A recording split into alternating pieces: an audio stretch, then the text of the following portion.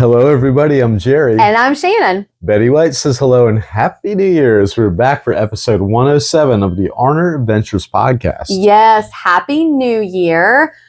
We're actually recording this a few days before the new year, but it will drop on January 2nd. So just being totally transparent, we wanted to take a few days off for the holiday and practice a little self-care.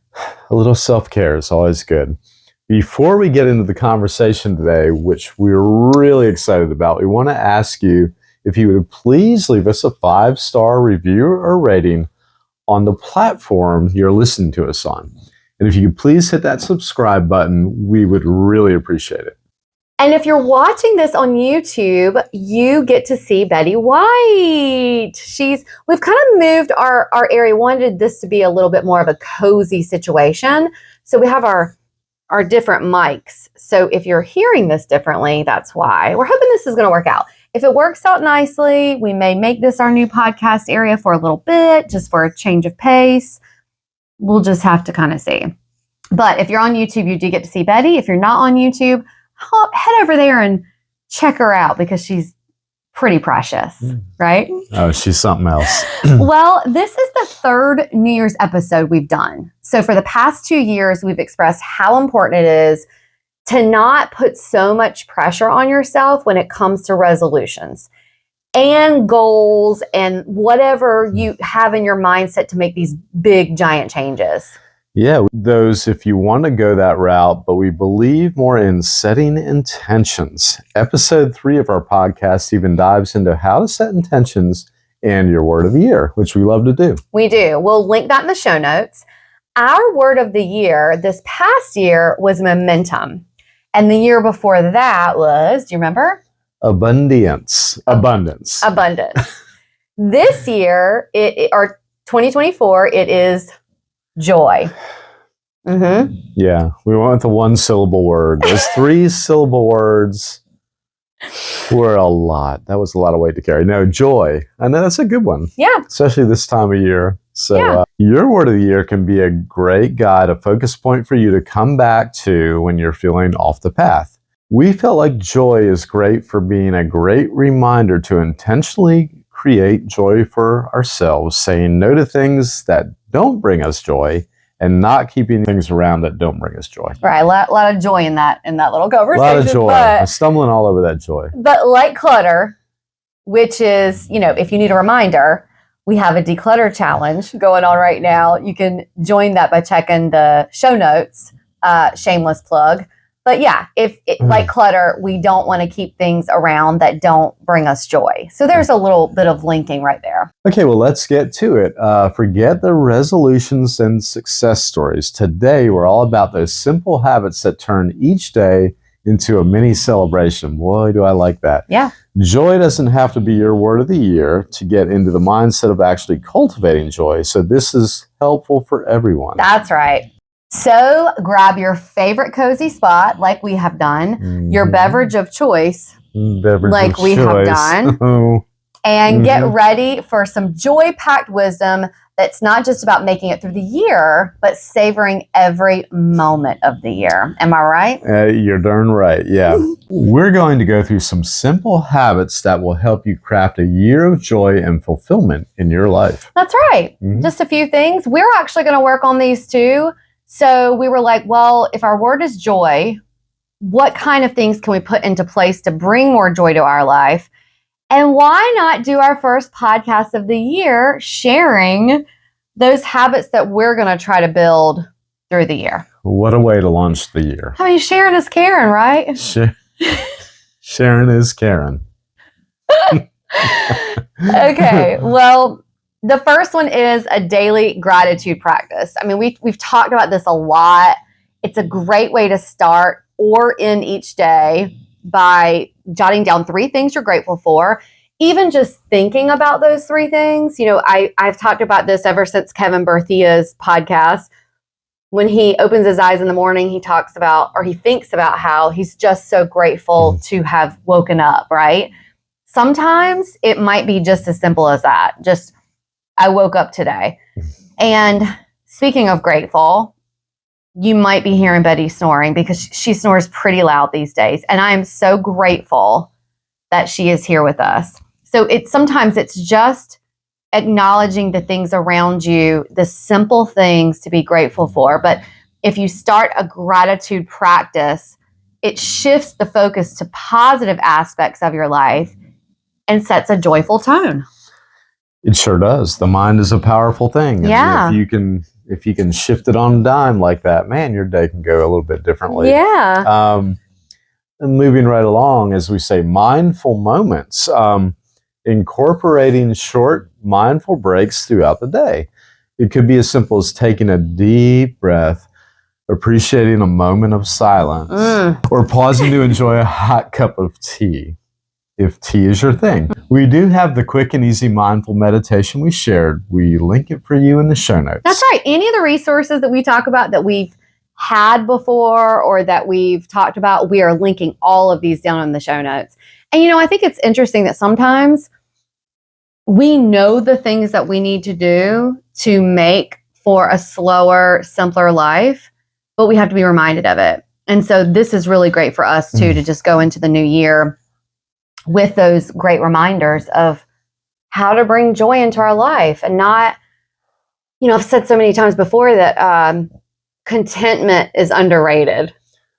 Yeah, sure. This happy. Let's be happy in the new year. Let's meet our goals. Let's crunch everything and make sure that we knock them out. Well, I just really want some simplicity and some joy. Oh, yeah. That can be a lot of pressure. It is a lot of pressure. Yeah. I'm supposed to be happy. Right. It's hard to do all the time. Right. The next thing is have connection rituals.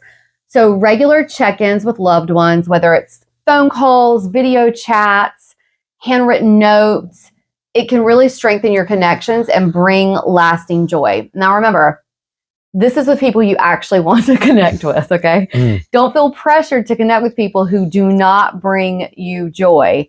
An example of this is I have this I've talked about my morning ritual a lot and how much I love my morning routine, but my morning ritual includes a conversation with my dad every morning and then a conversation with my mom every morning.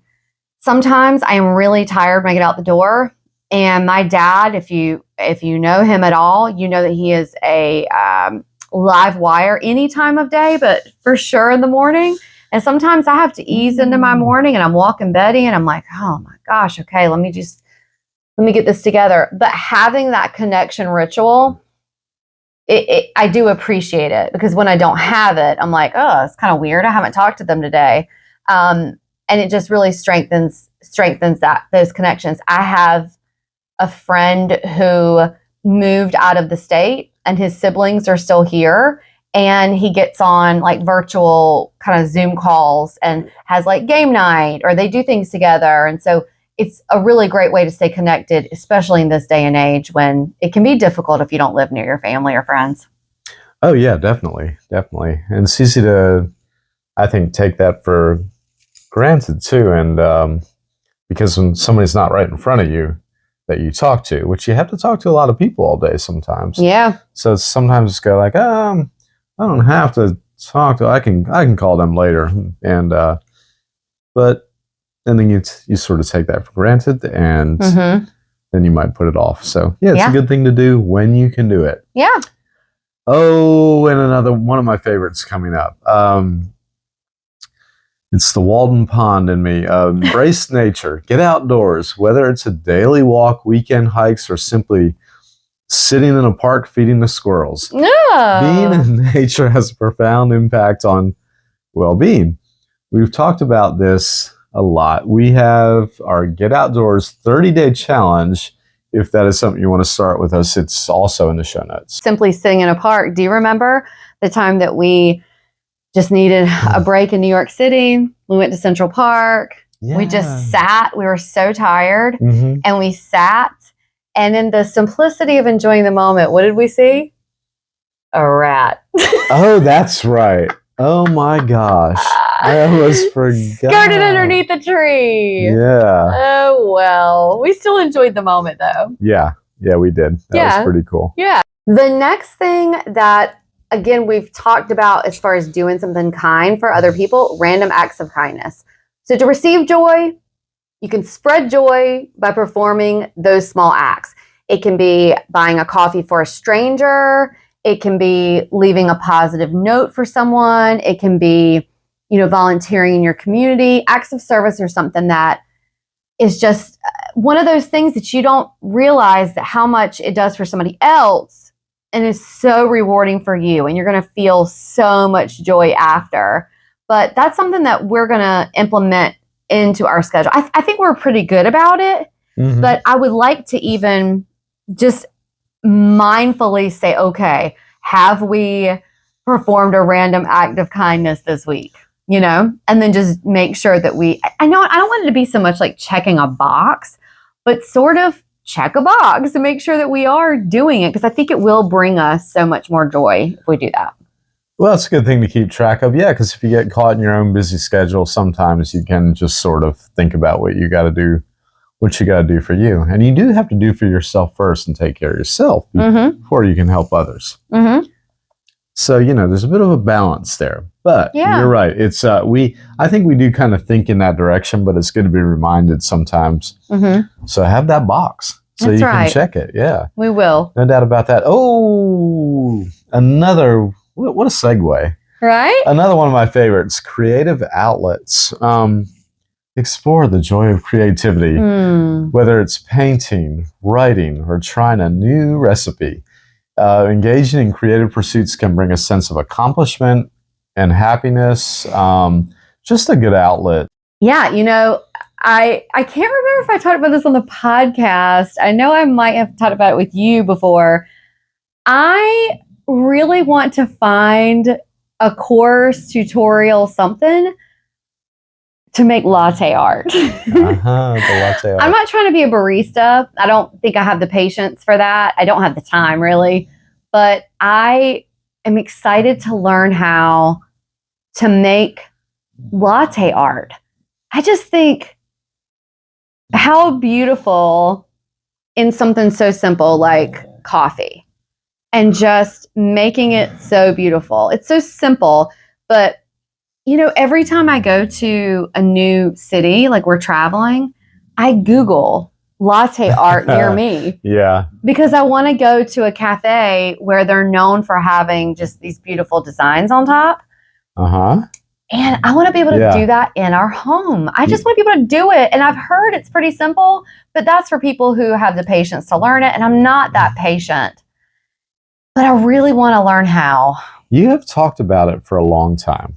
I should do it. And you show me pictures. 2024 should be the year that I implement some creativity via latte art. Latte art. You show me the pictures all the time. We're saying, look what they did, Jared. The barista. It's usually like what they do if you don't know what we're talking about. They out of the foam, like the milk froth? foam, the froth. They do a little design on top of the coffee, and it's usually like a heart or maybe a 1972 Pontiac or something. Something like down below. Oh, golly. Well, yeah. And most of them are hearts or like almost like a fern leaf.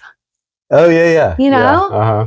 But there are some places like in New York where they have competitions for latte art. I'm not trying to go to that extreme, but I would love to be able to make just regular old latte art. And I'd do it here in the mornings by myself. Just, That would be kind of fun. It would be a mindful moment, wouldn't it? Yeah, it would be. I would join in with you. You do the heart and I would do the 72 Pontiac. Okay. And we both have our little niche there. Okay.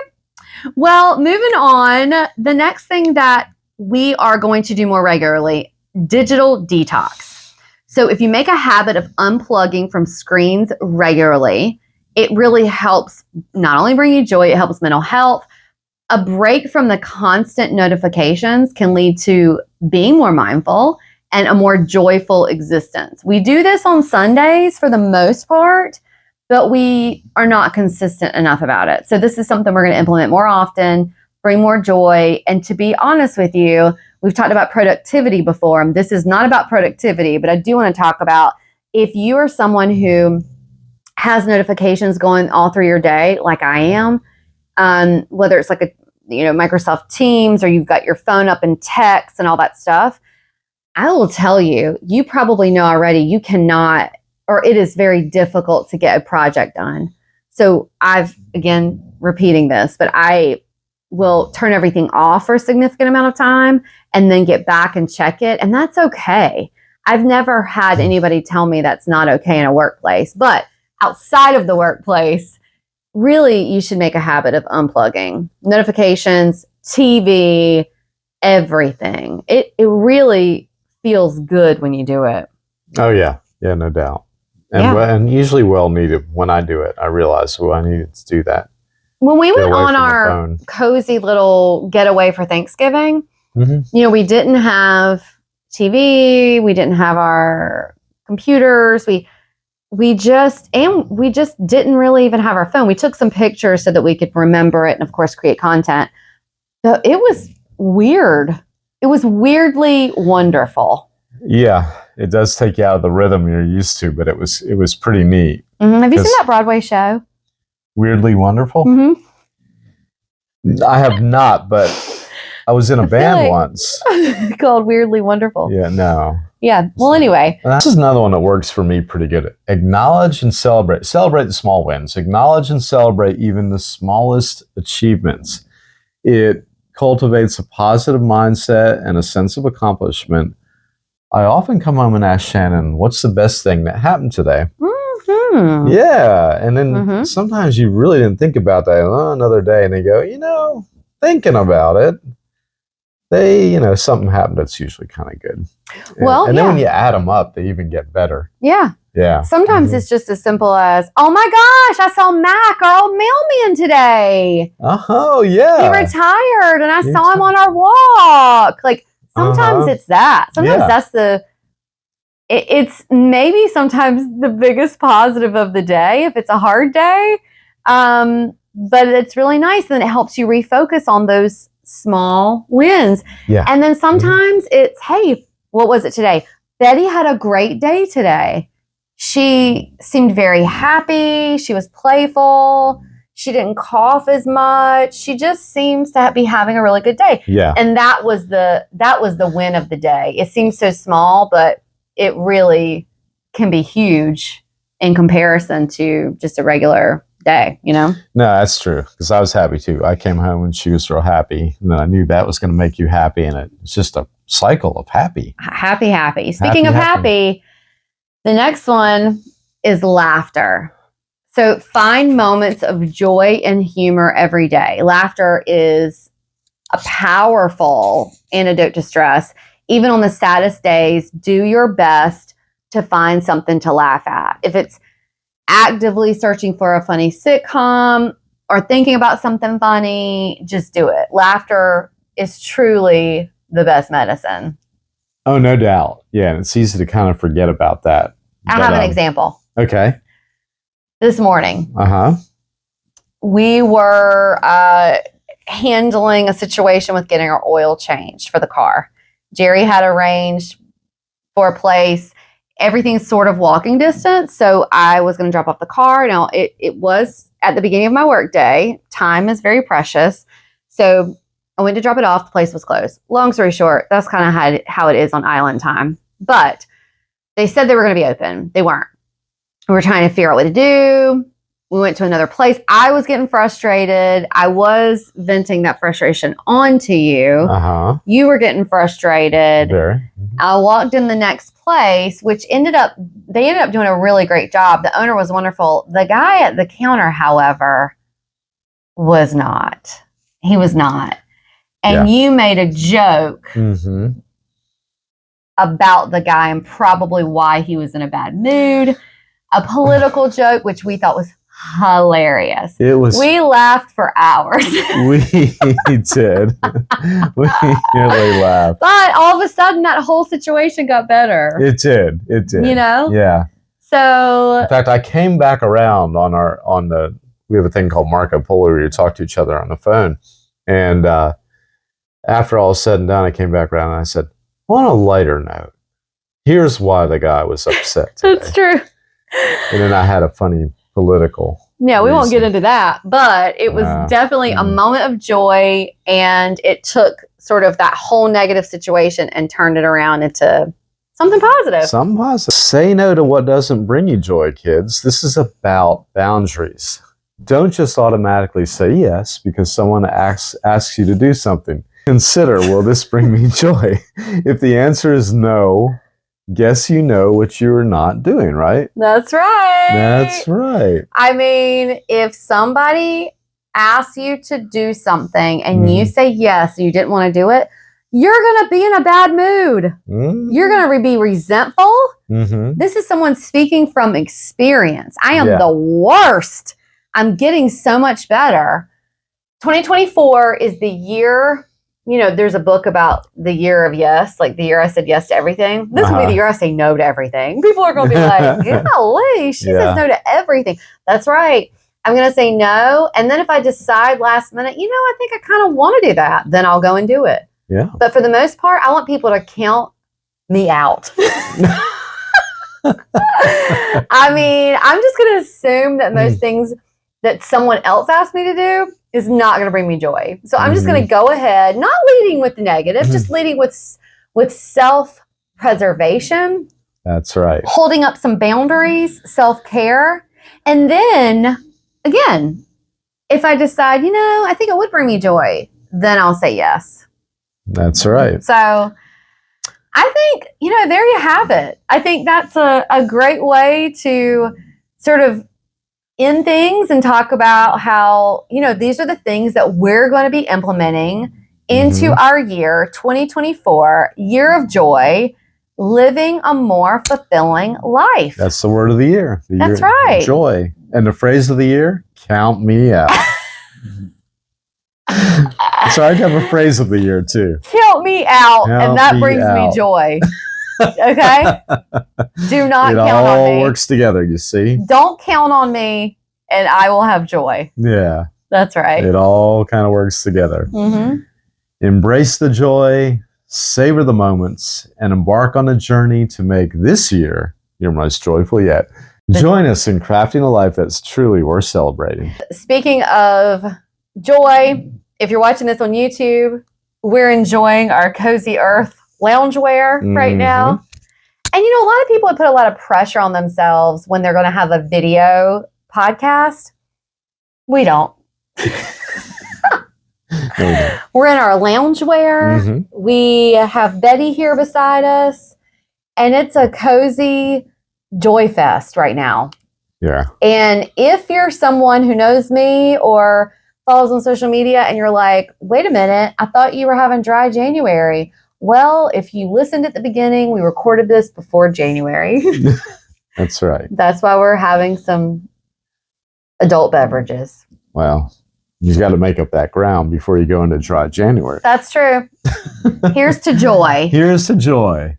Count us out.